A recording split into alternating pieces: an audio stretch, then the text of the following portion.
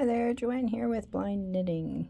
Right now I'm going to go over a few of the essential things that you're going to need if you're just starting a project.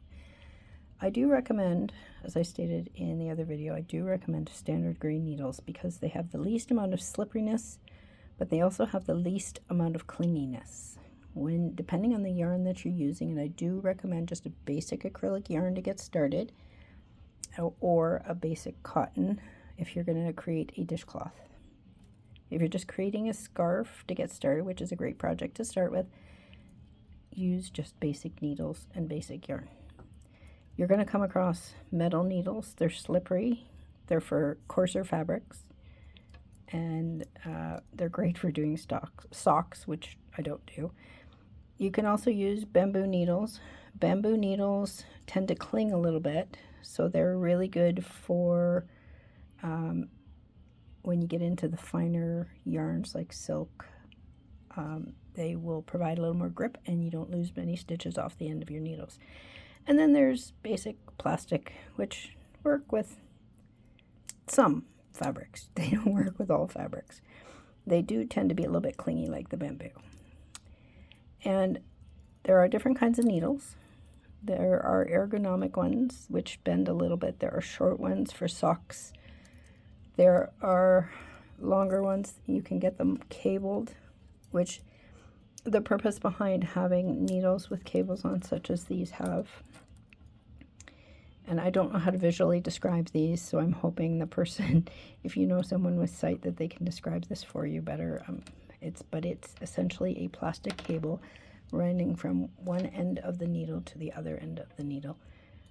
So that you have points on either end. But the purpose of this is that it holds a lot of stitches, and you can create shawls and sweaters and blankets and all kinds of fun stuff. The other thing that comes in handy are stitch markers. They are something that you slide on in between stitches as you're knitting. They don't affect how the yarn sits on the needles. But it helps you keep track of your stitches because sometimes, depending on what you're making, there's a lot of counting. And then the other thing you might need at some point is a double pointed needle.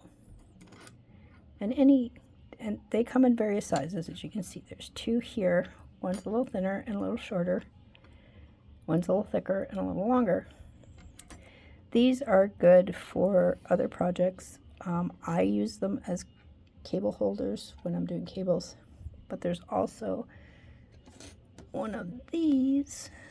This is a needle that has a bump in it, and this can also be used for holding stitches when you're transitioning and making cables. But if you're just beginning, nothing you need to worry about.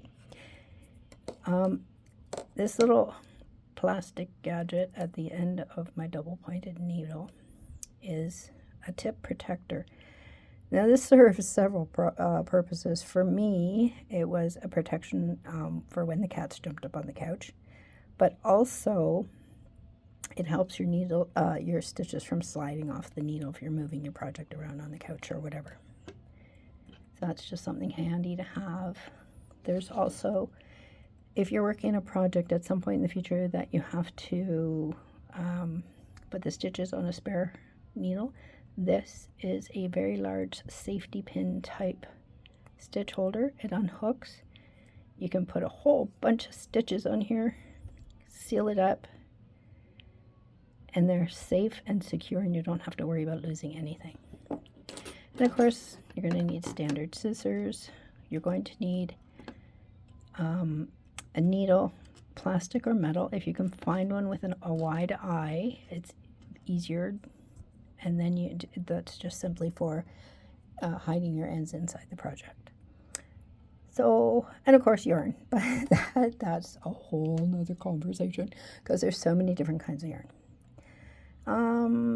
Okay, I think I've babbled enough for now. If you have any questions, please leave a comment, let me know. And oops, sorry if I wobble. And then, yeah, I think I'll show you a couple different kinds of yarn in the next video, and then I will get started on showing you how to cast on different ways. All right, bye for now.